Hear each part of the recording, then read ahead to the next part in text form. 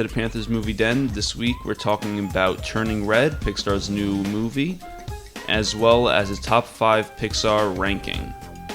So Turning Red, it's about a 13-year-old May. She's experiencing awkwardness of becoming a teenager, and there's a twist when she gets too excited, transforms into a giant red panda.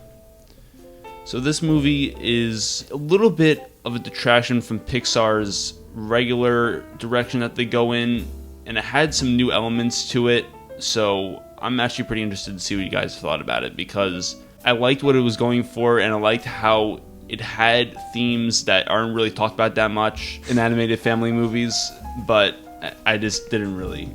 Everything I say on this is like negative, it feels like. I feel like I'm always saying something negative, but I didn't like the movie. Alright, what do you think, Gary? So I don't think it's Pixar's worst movie, but it's definitely not one of their best. I think it's on their lower scale. Mainly because I wouldn't consider it their worst, mainly because I pretty much got what I expected. I didn't really have too high hopes, so I was almost prepared for what I was seeing. I wonder why, maybe because I told you how much I hated it. Yeah.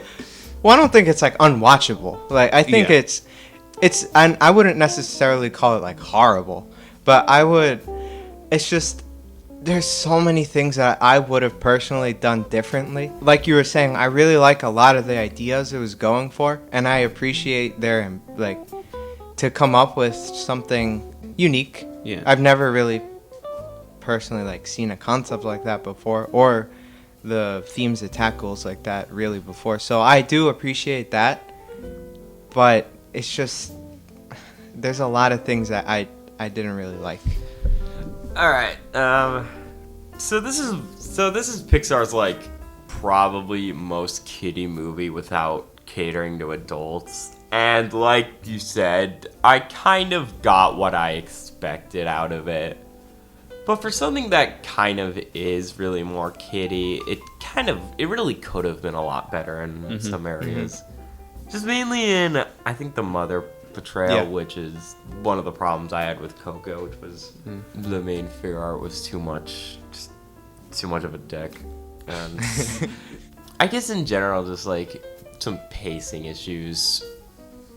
I think with the mother, that's a good thing you brought up, because I thought that her character was really confusing, because I didn't really know what they were trying to say about her.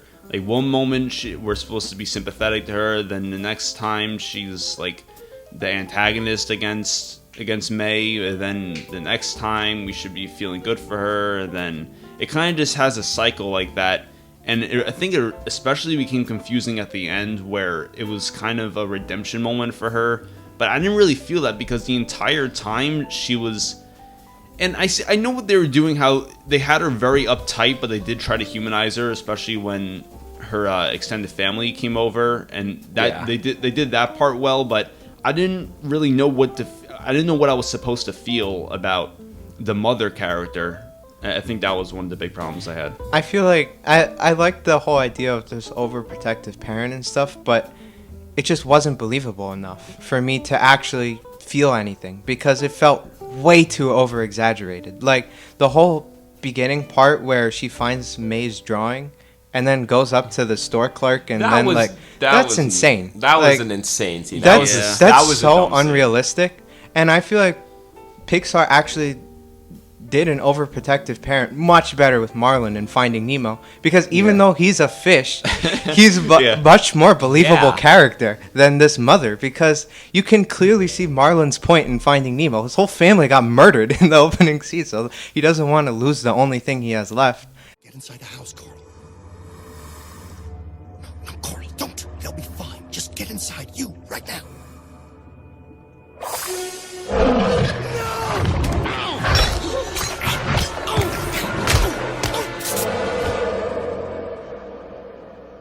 So that makes perfect sense. But with this mom and Turning Red, I just thought it was way too unrealistic. Yeah, I think, and we know obviously it's a kid movie, so we're not expecting it to be extremely realistic, but the thing is with Pixar, whenever they make movies that seem to be pretty straightforward, or at least on paper, they always make something really good out of it, and that's why I think their standards are so high and we expect more out of them. Yeah. And I think that they knew that this was a pretty conventional and straightforward movie that is kind of over the top in some of the decisions, and we'll get to the decisions later, but I think that's why they put the movie in the time period and in the setting that it's in to try and add some character to an otherwise kind of typical movie when it comes to the basic themes of just acceptance. But like I said, Pixar usually takes those themes and expands on it, but I didn't really feel that much in Turning Red. Mm-hmm. Yeah. I mean, I like the dynamic of May and the friends. I mean, I thought the friends were the best characters. They all had great personalities, but I think just what you said. I guess the mother's characterization was kind of just off, and it is straightforward, but I don't know. You know, I think that Turning Red, like, I think the concept is suited better for something like a short film. Yeah, because I definitely agree with that. Or maybe even a Disney Plus series. I feel like that could have even been better, because it's kind of strange, because I feel like it is a fairly simple story, but at the same time, so much happened. Things A lot of related things to did the happen, that it almost seems a little bit too much for the movie. And like the whole montage of the girls trying to get the money for the concert. That felt like so much stuff just happening in like I know. quick 10 minutes. And I think it also kind of lost its focus at that point. Yeah. I didn't really know what it was going for at that point. Like I think this would have worked much better as a short film or a series. But I mean, Pixar has done movies that have concepts that you really can't do much with, but they still turn out great in the end. Like, for example, Up. Up is really, in essence, it's just about a man tying thousands of balloons to his house to take it to point A to point B. That's a really simple story, but It's what they do with that story that makes it. Exactly. As I always say about Pixar. That's like the next point that I'm making, that in Up, even though it's a super simple story, I feel like the characters really carry that movie. Like, I actually really love all the characters in Up. Absolutely. And with Turning Red, I like May, but like, it's not the same as, like, it's not a character that I will remember like years from now. Like, when I think about, she was just unbearably annoying, I thought. I mean, I don't. In areas, she was unbearably annoying. Yeah, I mean, I didn't like hate her. I thought she was all right, but like, it's not. She's not a character that I'm gonna think about if I think about like Pixar's greatest characters. None of the characters from Turning Red are. But also, like, I think with May being unbearably annoying, I think her friends helped balance her annoyingness out. I feel like the friends kind of just balanced that out. I feel like even if Turning Red doesn't have the strongest story, the characters could still carry it. But I think because the characters are not as strong as I really wish they were, that's why it's not one of my favorites. Because I think if the characters were like really good and I actually like really, really cared about them, I think this movie would have been fine, even with a super simple story like it has. But I don't know, I feel like something's missing from the characters. Like, there's another layer, I feel, that needs to be there that's missing. I can't quite say what it is because I really don't know, but I just feel like something's missing. Yeah, I know what you mean. It doesn't feel like other Pixar characters that like I genuinely care about and stuff.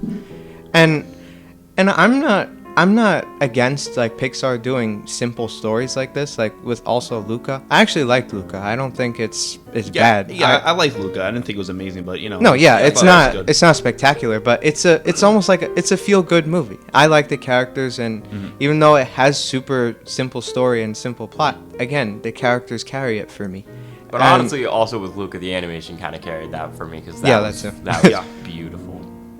But with here, I just wish the characters were better because I'm pretty sure that's the biggest problem I have with this movie. The characters aren't spectacular. They're very forgettable. I also kind of wish they did something more with the father. The father was... Jin. Father, I think, was actually the best character in the movie. He was by far, I think, the best character. He had that really good moment with May, though. That was nice. Scene. That was great. In the bedroom, that was a very good For scene. a change, it's nice to see a dad that's caring in one of these movies. But I feel like the dad should have done more to balance out the mother. I I think that was definitely a chance for conflict that could have just done more with the movie. And going back to what I said about the decisions, I think this leads sort of into the third act and the second half of the movie as a whole is when the kids' birthday party, they have May and the friends come over for entertainment. I hated that kid so much, and I don't know why they tried to make us like him in the third act. Yeah, I didn't. Yeah, that was I didn't dumb. understand that. I don't know why he was even really a huge part of that. He should have just been gone after that. I really wanted to talk about him too. Tyler is his name, right? Tyler. Yeah. I was so confused by his character because Really? at first he started out as a bully, like your typical bully. I'm like, oh, okay, I see where this is going. And then he, like in the second half, he's like, oh, I'm throwing this party, I need you to come. So what I thought was going to happen was something like Monsters University, where they're going to invite them all to the party and then humiliate them in front of everyone. Mm-hmm. That's what I thought was going to happen. Yeah. But no, he just wanted her to be extremely desperate. Yeah, and then she like tackles him and he starts crying and I'm like, oh, now I know what he's going to do. He's going to like frame her basically. He's going to be like, oh, she hurt me, and then accuse her. But no, he was actually like hurt and stuff. I'm like, what is going on? And then he's like a super fan of this band and like kind of joins their group. I'm like, what is going on? Yeah. What is his character? How do you go from being a hardcore bully and then just automatically join the friend group with nothing in between? Yeah, and I think it's also the way how they got there, which was kind of weird. They were saying how it's not good that May was taking advantage of this, but apparently that's good because that's how she got the tickets, and that's how she got Tyler to go with them.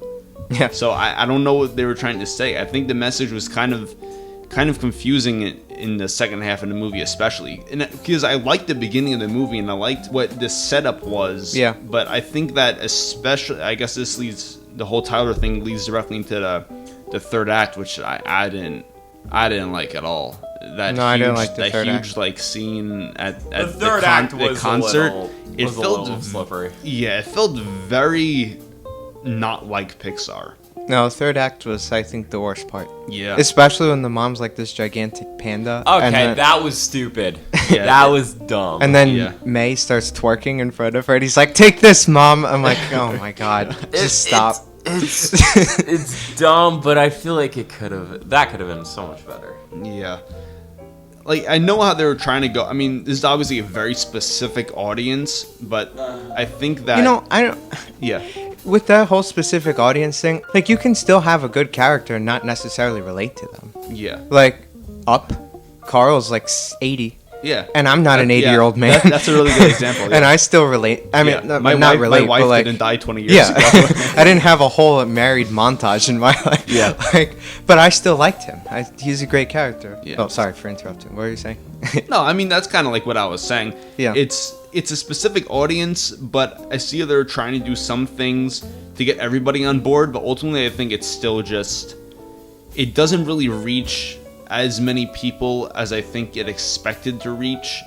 I'm pretty sure they were aware that they were going for, obviously, this teenage girl audience as, the primary viewers of the movie, but I couldn't really get past how much the movie depended on that to get your interest, because I still had hope in the movie and I liked the first 25 minutes, but again, I think it got a little heavy-handed with that, and I wish they did more with especially the dad character. Yeah. Yes. Because that really could have been interesting. I mean, also, there's another thing I just realized right now, when he talked about how the mother turned into a red panda, and that was because of him, and that he caused the split between her and her mother. I thought that was pretty interesting. Yeah. And they kind of didn't do much with it.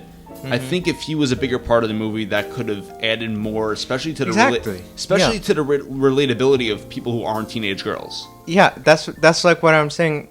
That's what I was saying before, that if there's just this extra layer in these characters, could have been much better, I think. But I will applaud them for coming up with a concept like this one. And it's nice to see them trying something new, even if it's not necessarily successful 100%. At least they're trying something new. They're not just relying on sequels, prequels, whatever.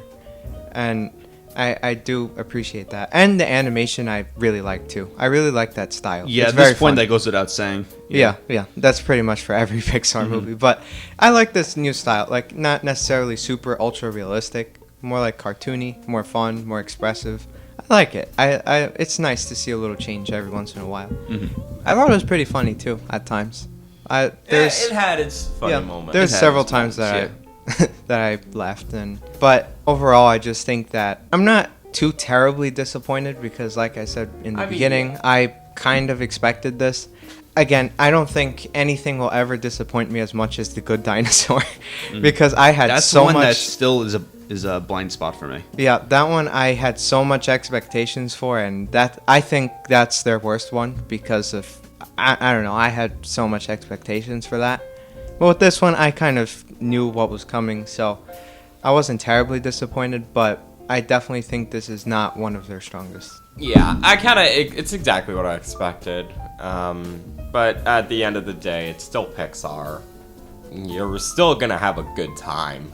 Like at base level, you have a good time. So Yeah. I was gonna rewatch it, but I decided to watch the Batman again. Yeah, as a whole, I think that Turning Red, I didn't like it personally. I personally think it's Pixar's worst movie. But, I mean, that's just me. But it is inoffensive for a younger audience. Like, you can put it on, but in another way, it's also pretty offensive in terms of Pixar because it's almost like a stain for them. I don't know. It's a direction I didn't expect Pixar to have such a different tone to the movie, not story-wise. Like, I appreciate what they went for story-wise, more mature themes, but I like didn't... the way they presented it. The way they presented it, I think is definitely out of character for Pixar. And I do hope they do go in this direction, though, of having more original movies like Soul, Luca, and Turning Red, even if the last two are Onward, not... too. In Onward, right? Onward I liked better than Luca, but even if Luca and Turning Red I didn't think were amazing. Soul and Onward I think were very good. Soul isn't one of those movies, we've talked about Soul before. Soul isn't one of those movies that's gonna spark a franchise, but I think it's one of those ups, you know. Yeah, well, for sure. And Onward maybe eventually I could see them doing a sequel just because of the subject matter. But I hope they do go with the more original movies. I know they're doing Lightyear. I don't know what's coming after though. They haven't announced anything. Yeah, I don't know that they planned. But yeah, anything Pixar will go for, and this is kind of up to you guys to watch this, to watch Turning Red. Personally, I didn't go for it, but a little mixed all around. Yeah. All right, we're going to go on to top 5 Pixar ranking. So Pixar, it's one of those things where the resume is so gigantic and so full of great movies that it's hard to pick a top 5, but we're doing it anyway because, you know. You want to start off? Sure. Well, number 5, I guess this is technically like 5 and 6. I just don't know which one I would put at 5, but it's either Inside Out or Up. I can't decide. Like and it's not like I have to rewatch them. I've watched them like hundreds of times. It's just I love both of them so much, and I think they're actually both directed by Pete Docter, who's I think their best director there, and it's just they're both so imaginative, and like Up, I can't even tell you, like that scene where Carl finally like lifts his house is so beautiful. Like, it's so, like, magical. That's, like, what animation feels like. That's what it's all about. The ending of Carl giving Russell the great badge, it's such an incredible scene. Yeah, such a beautiful movie. And I know everyone always talks about, like, the whole, like, married life scene, and it's great. I love it. But I actually think, like, the most, like, I would say, like, the part that always, like, gets to me is probably when, towards the end, where he's looking at his scrapbook, and then he sees, like, Ellie continued the like whole new adventure with him. Like the new adventure for her was like her life with him. I think that's like it's so beautiful. It's Up is such a beautiful movie, and so is Inside Out. Inside Out is also one that I actually did not expect to be as good as it is, because even though I was like in 6th grade when Inside Out came out, I still had super high expectations for Pixar. Like even though I was that young, I still You realize I still realize that they're not just any ordinary animation studio. And when I saw Inside Out, like the trailers and stuff for it, and I saw like how fast paced the emotions look, I was like, I don't know. When I went into the theater, when I came out, I'm like, I should never doubt them. It was so good. And I know that you can argue about some plot holes here and there, but I just think that it's such a powerful story about accepting sadness sometimes. And I actually disagree. One criticism that I heavily disagree with is that Joy is a horrible character. I don't think so, because I hear that a lot, that Joy is like this horrible, mean person and Really? stuff. Yeah. But that's the point. She's not accepting sadness at first, but then ultimately in the end she does. That's the point. Also, it's kind of hard to make a character that's not just completely I mean, she is the happy emotion, and they try and add in some sad elements to her character, and that's not exactly easy. But you got to keep still that character of her being Joy. Yeah. So I think they did that well. And a thing I will say for Up is it came out in 2009, but it holds up. Oh yeah, beautifully. Animation wise, yeah, like beautifully. You wouldn't even know. Nope. You wouldn't even know, except for maybe Pixar does like some more glares or whatever. Yeah. All right, number 5 for me would be, I guess the first Toy Story then, because because the Toy Story trilogy is my favorite trilogy of any movie ever. They all have great concepts. They have incredible characters. And the first one, yes, has aged animation-wise, but like story-wise and character-wise, they've aged like fine wine. Yeah, we're able to accept how it's aged animation-wise. Yeah. But even still, I think it's better than some things that come out now. Yeah, I mean, like people go to the dog and like to the human characters. Yeah, but everything else that's hard to do. Everything else is purpose. I mean, it was a great idea for them to choose toys. Yeah. Yeah. That's just a great idea for them to go in that direction. Yep. Great characters. I could still. That's one of those stuff I feel like I could quote. Like, if I could see a scene and just be like, all right, this is first Toy Story. Yeah. Yeah, that's kind of it for me for number 5. Yeah, Toy Story is my number 4. My number 5 is Monsters, Inc. Monsters, Inc. is a movie I haven't seen in whole in a while, but I've caught it. If it's on TV, like I'll put it on because it's a great movie. And I think the thing that stands out most in this movie is I think this is the best voice work in any Pixar movie. It's really Billy good. Crystal, John Goodman, Steve Buscemi, great choices for the voice actors in the movie, and they really embody the characters. I don't think you can see anyone else playing Mike Wazowski. Nope. Yeah.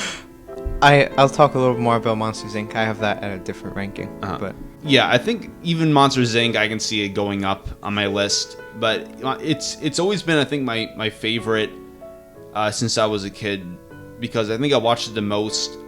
But it's one of those things also that holds up, I think, animation wise. Like even though they're like aliens, monsters. Yeah. I mean, that's even though they're monsters, they kind of have that texture where it's like kind of slimy. So that also worked in Pixar's favor since they were early on in their career.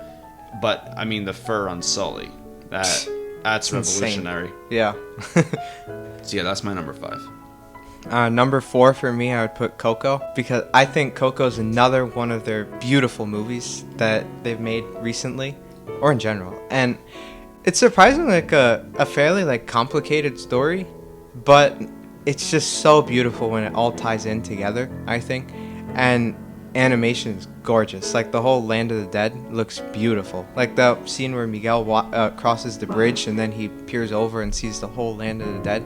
It's incredible. And I really love how the song Remember Me, which I personally think is my favorite Disney song. I love how one song, same lyrics, and it has completely different meanings throughout the movie. Like it starts out as almost like a reputation thing, and then it turns into like a more sincere personal song. And I think that's a really clever story element. And even though there was like a twist villain and stuff, I thought it worked great because of what it was about. It's about like maintaining your reputation and how far people go to keep their reputation. That's something that I really haven't seen much in animated movies or like family movies in general. And I think Coco is like one of the only movies that actually like I don't tear up much in movies, but like the part where he sings "Remember Me" with Coco, I'm like, my heart. Coco, Yeah. I'm never really a big fan of Coco except for the animation, because like I've always been against Pixar doing musicals, because if Pixar does musicals then they're just Disney. Like then at this point then they're just Disney. But like I wouldn't necessarily call it a musical though. yeah, I know it's not really like a conventional thing, but like I'd say that like because I have problems with it, like the mother, the aunt person's like way too mean, and like there's like a little characters that extreme. There's characters that they don't really go in depth with too much, but like again, it's beautiful. The twist is great, but then the characters they do go in detail with are great. Yeah, I think Coco, it's a pretty big scale on paper, but they still keep that intimate family element to it. I think that's something they do very well in that movie. Yeah. And they kind of deal with something that's like kind of cliche, like, oh, I'm different than the rest of my family. But it doesn't feel too cliche in the end. Like, even though they have a kind of cliche concept, it never really feels like, it feels like something original still. Yeah. All right, so my number 4, and this is kind of where the bias meter comes in, because like this also kind of. Oh yeah, I was gonna to- preface that beforehand. I forgot to say, yeah, there's gonna be some bias. Oh yeah, This is I like- have bias too. Wally, because like there's this what I will call the Pixar quadrilogy, which was the late 2000s, where they released 4 of their probably best films, which is Ratatouille, Wally, Up, and Toy Story 3. And out of the 4, I think I'd have to go with Wally, but this is again biased because I watched this when I was like, I don't know, like 8, and it blew my mind. This is like a very like good story told with like very little dialogue, and I think that's what works about it. Like it kind of just lets the animation and like It's the definition of animation, basically. speak for itself. And I think it's just also like I love the dynamic between Wally and Eva, and like again they'll barely speak, but like it works. And I love like the third act. It's like so well animated, and I love just kind of that whole simplicity of it. That's an accomplishment, to have like a solid like half hour, 40 minutes with zero dialogue in it, and you still understand everything that the character feels and goes through. Like, that's incredible, especially a robot, which is notorious for having no emotions. So that's incredible. Also, their depiction of Earth is terrifying. Yeah. It's amazing. And again, 2008. Oh, And yeah, look at yeah. it. It looks live action. Absolutely. Almost. It's insane. And I'll talk a little bit more on Wally since that's higher on my list. But I will say that the movie is incredibly competent for a kids movie. Yeah. And Yep. they do. It's such an amazing balance of keeping kids interested while also, keeping adults interested. Yeah. Number 3, I have Toy Story 2. Toy Story 2, I think, is the best out of Toy Story trilogy because I think the characters are the most memorable, especially Al from Al's Toy Barn, because Al is one of those other things where it's one of the best, especially minor voice acting works. Yeah. And I think he really brings a lot to the movie. I think that the dynamic between Woody and the Prospector and Jesse and Bullseye, I think that those dynamics bleed into the other movies that come after it in a really good way that I think still keeps that relationship between them. And I think Toy Story 2, it's one of those things where you can see where the animation got a little better. It's still not, amazing to this day, but it holds up where you can appreciate what it was for the time. I thought that Buzz and Woody and the rest of the crew, they all were pretty much as good as they were in the first movie. I think that also the creative choices in this movie, really the whole thing of Woody being in the room with the Prospector before knowing who the Prospector really is, all that was done really well, especially when you look back on it. And I love the whole TV show, all of that. Him in the box is, I think, a really underappreciated idea that I think was a really good choice and so creative to have him in that box, because he's a toy, But to have him come out of that and then how he kind of breaks free and takes hold, I think that's a really, really great choice on the side of Pixar. Yeah, and also I think it has one of the most satisfying animated scenes where they're cleaning Woody. Like the old man comes in and starts cleaning Woody. That's so satisfying to watch. Yep. Oh, thank goodness you're here. Is the specimen ready for cleaning? And also, Toy Story 2 has such an incredible story too about the process of it. I don't know if you heard of it, but like they almost deleted the whole movie. Yeah, that's pretty well known now. Yeah. But yeah, you should check that out. All right, number 3. Number 3 for me, I put The Incredibles, and I was a little hurt looking at your letterbox, Joe. I saw it. I saw how low you put it, and I'm like, I'm only not I gonna. didn't know you're stalking me. Like, you sent me a photo of it. Did I? You did. Oh, jeez. I saw it like 16 or something. I'm like, 16. my God. It is 16. Oh, no. That ain't right. And I'm like, I only didn't attack you because you had Incredibles 2 at 10. So I'm like, fine. At least you have something Incredibles related. Yes. But The Incredibles is part of my Pixar Holy Trinity. I watched The Incredibles so many times when I was little. And, man, like, the older I get, the more I love it. Because it's such a awesome story. And what I think is so cool about it, too, is, like, the main character, you would think for an animated movie, it would work best if the main character is a kid. Like, that would work better for a family film. But having a man middle-aged man going through a midlife crisis about missing his past, like that's insane to me for like a family movie idea. Yeah, I think people don't realize, looking back now, I think a lot of people don't realize how much Pixar deviated from this regular animated movies. Like, look at the other animated movies at this time. What are they? Like Shrek, open season. Yeah. Like, these aren't Shrek really... is not bad. Well, Shrek okay, is not yeah, bad. no, Shrek. But Before that, the internet people come and crucify us. Yeah. Don't even get me started on Shrek 2. That's like masterpiece. I haven't seen Shrek. Okay. How do you feel about that? Okay. How do you feel about me not seeing Shrek? Okay. I have not seen Shrek 2 in full, so... What?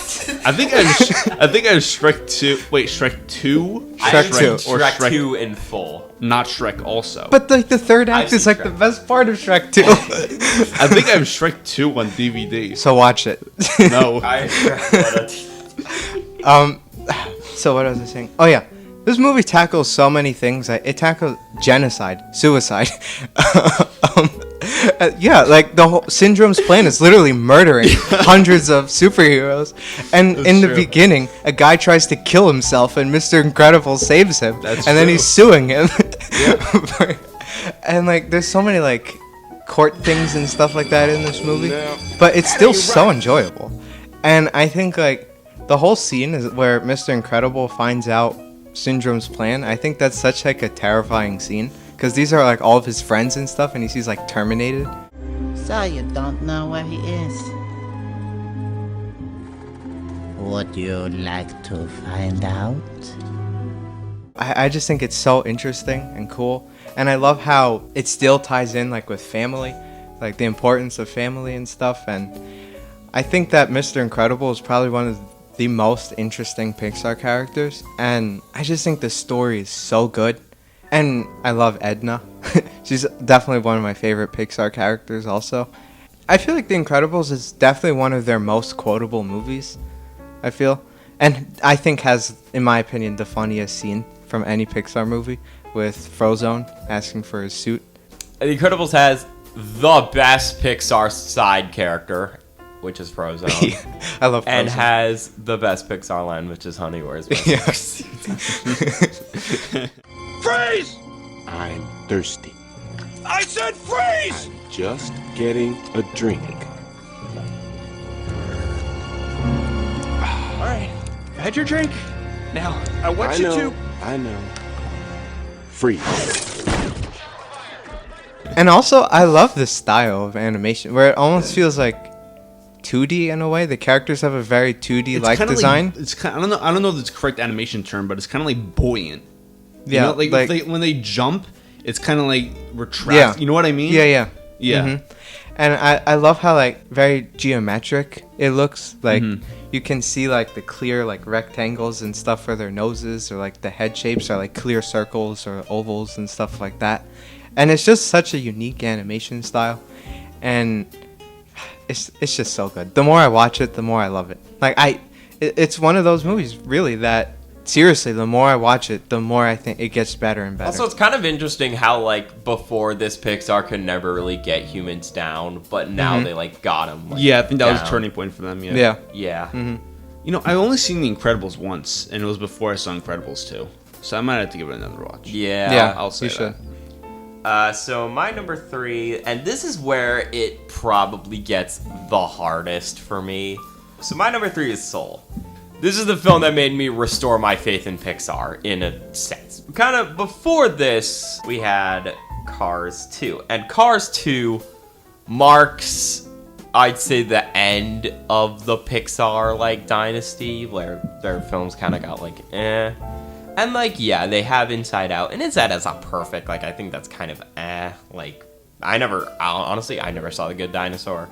Monsters U. I really- think it's the only one I Monsters U. By it. Was still good. Finding Dory. Never saw Cars 3. Coco also, like good. Incredibles 2. Good.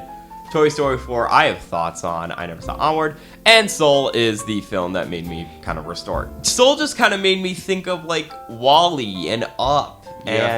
And in a It's sense, Pete Docter. like, Yeah, Pete Docter, Finding yeah. Dory. Like, those films that kind of made you, like, think.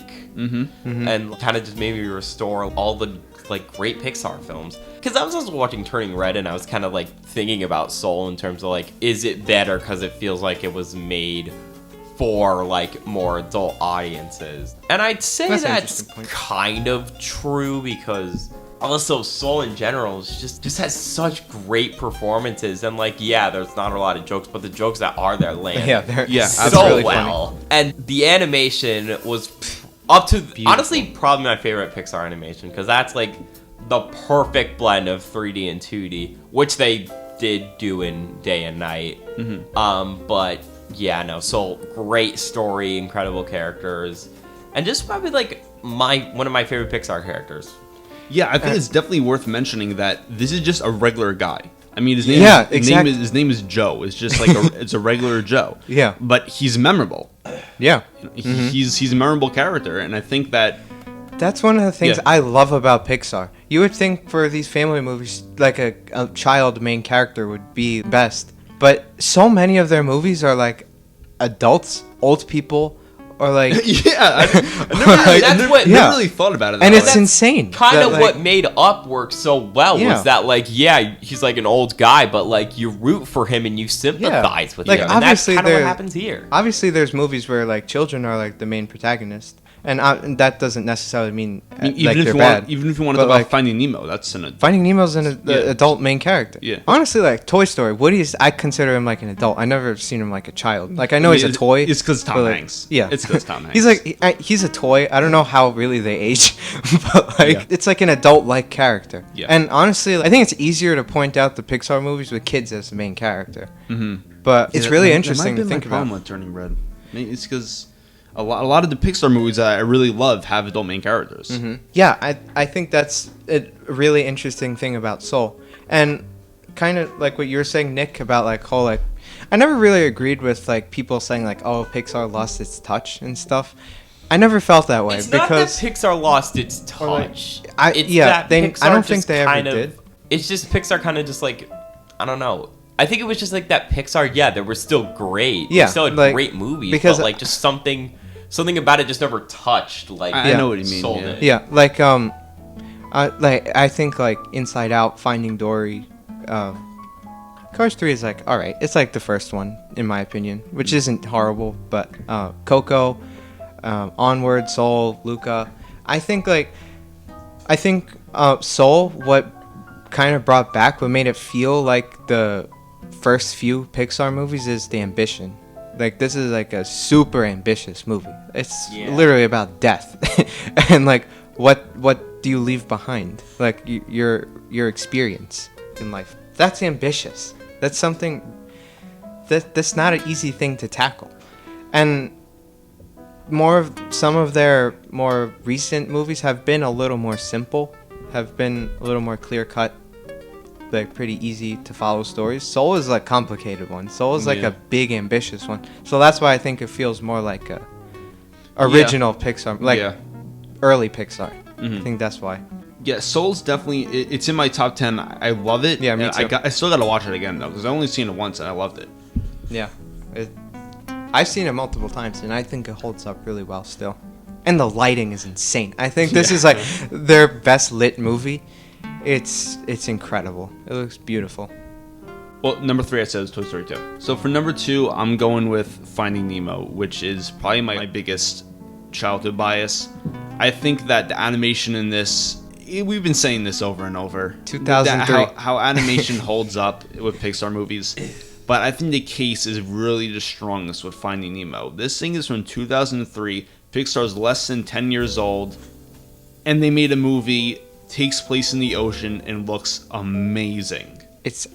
That's one of the ones I can never comprehend how they animated. Because it looks so real. It's so... I mean, I don't know too much about animation, really, the nitty-gritty of animation. But I know it's not exactly... easy to make something with these textures. I know it's complicated, and for something like this, it's Pixar taking risks that make them what they are. Even when you talk about Sully with his fur, you talk about Finding Nemo, and you talk about even any other movies, they're taking risks in pushing the envelope when it comes to animation. And I think that Finding Nemo, the story is great, but I think this is one of the things where the animation even overshadows an already great story. It's that good. Yeah. I'm going to get to my monologue about Finding Nemo soon. All right. Yeah. What's your number 2 then? Number 2, I have Monsters, Inc. That's like probably the movie I watched second most. I mean, now we kind of know which one I watched the most. But like Monsters, Inc. I watched millions of times, I would say. And I just love it so much. Voice acting, characters, story, everything I love about it. And it's so fun. It's so entertaining. And it's like, it's great for kids. And also like it's such an awesome story also about an adult. I'd say Mike and Sully are probably one of my favorite duos from any movie. Yeah, I like them better than Buzz and Woody. Yeah, me too. Yeah. I really love it. And another super quotable one. I feel like Wazowski forgot to file your paperwork last night. Like, yeah, that's like another thing that like what kid can relate to some human resources person? Yeah, exactly. It's another one of those things that gets adults. The whole attention. movie's about energy crisis. And it's a kids movie. Yeah. Like this is another one that I feel like this is one of Pixar's most imaginative movies, because this one I love their world building with like Monstropolis and everything. I love the little details. Like there's this one scene early on in the movie where Mike and Sully walk out of the door and there's like a door within a door. Sully opens the big one, Mike opens the little one, and it's just little clever things like that. And all the designs, there's like spikes everywhere, or even like Mike's car, it looks like a monster. Like everything looks like it's made for a monster. That's like perfect world building, I think, to like take you to some whole new world that like feels familiar but is something completely different. That's something I actually wish they did a little better in Onward. I wish they made it a little more creative. Like they did have mushroom houses and everything, but like a little more. Like Monsters I think Inc. especially Onward, it was kind of an established setting where like you kind of see that in other movies. It's not exactly so new. It's kind of, it's like a fantasy. Yeah, but like it just felt a little too realistic.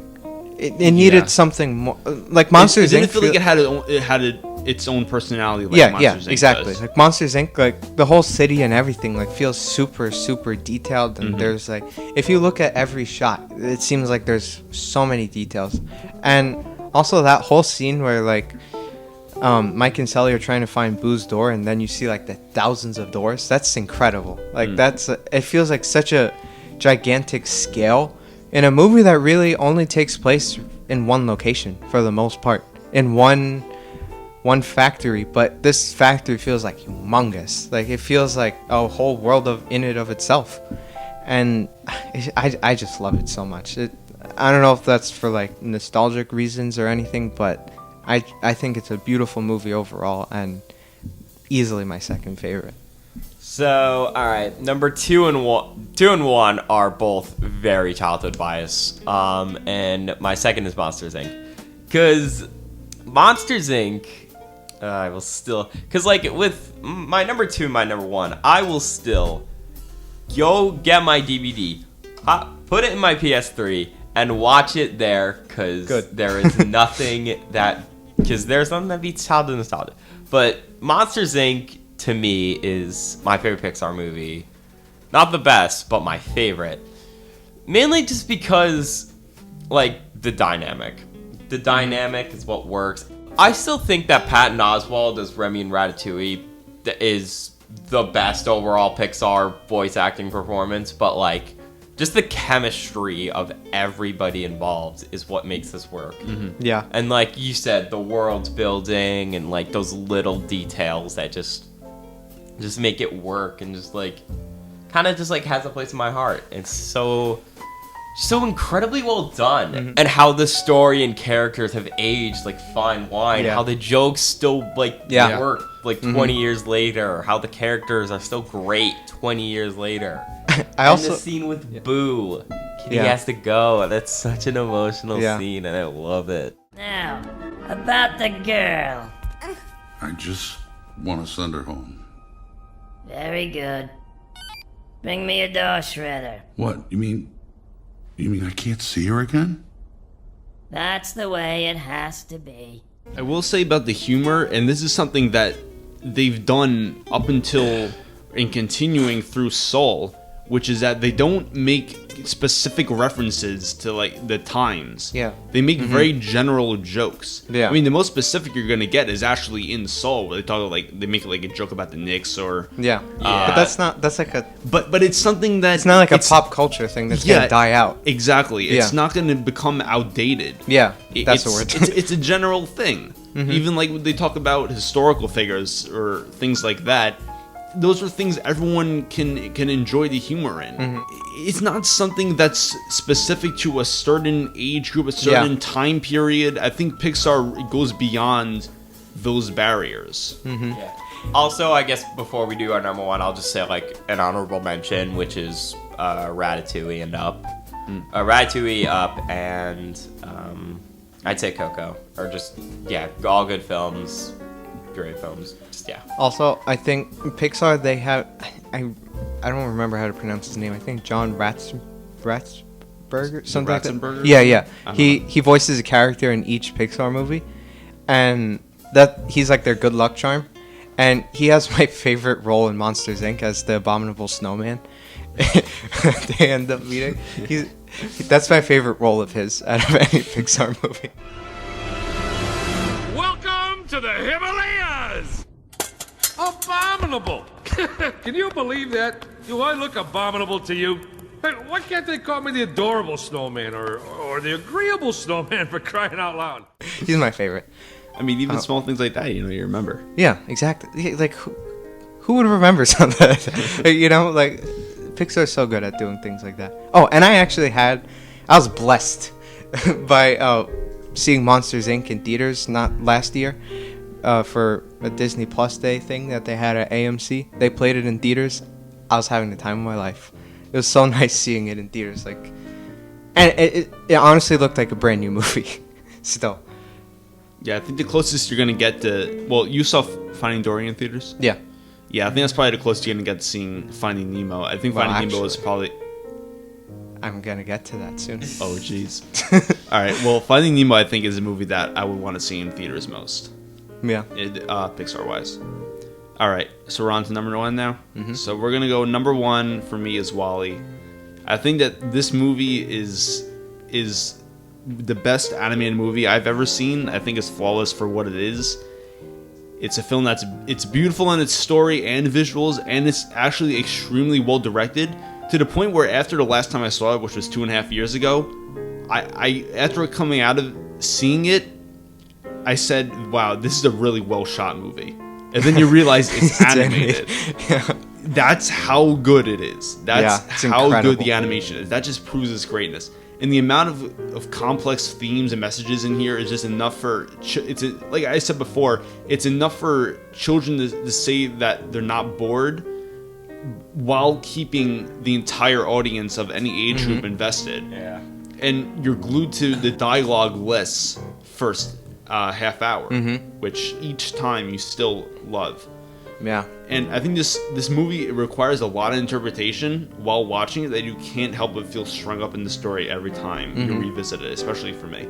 And Wally, he's such a lovable character, and the first act that's told through his eyes, it's so powerful, and it sets an excellent scene for the remainder of the movie. And I also love how the last two acts of this movie is basically an animated and updated, revisualized version of 2001 Space Odyssey, and the Disney classic. But seriously, Otto is clearly 100% inspired by Hal, down to the iconic eye, and they even play the opening theme from 2001 when the captain stands up.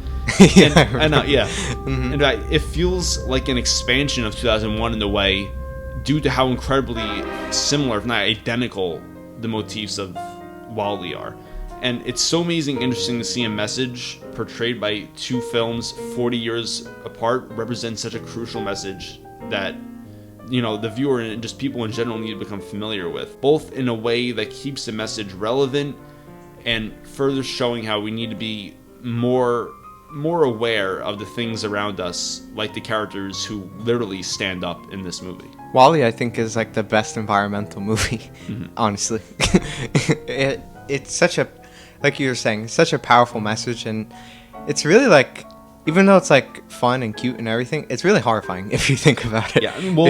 Beyond the environmental things, the thing where I was talking about the most and what stands out to me is the technology thing, because that's something I really feel strongly about, how much technology has taken over people's lives, and I think that Wally does a really amazing job of tackling that theme, and that's what really stands out to me more beyond some of the environmental stuff, which maybe didn't hit as close home to me, and I can't really relate to as much. All right, so number one for me, easily, no hesitation, Finding Nemo. And I can't even begin to say, like, Finding Nemo is probably either second or tied for my favorite movie of all time, along with Jurassic Park. And my cousin first showed it to me when I was like, I don't remember, like 1 or 2.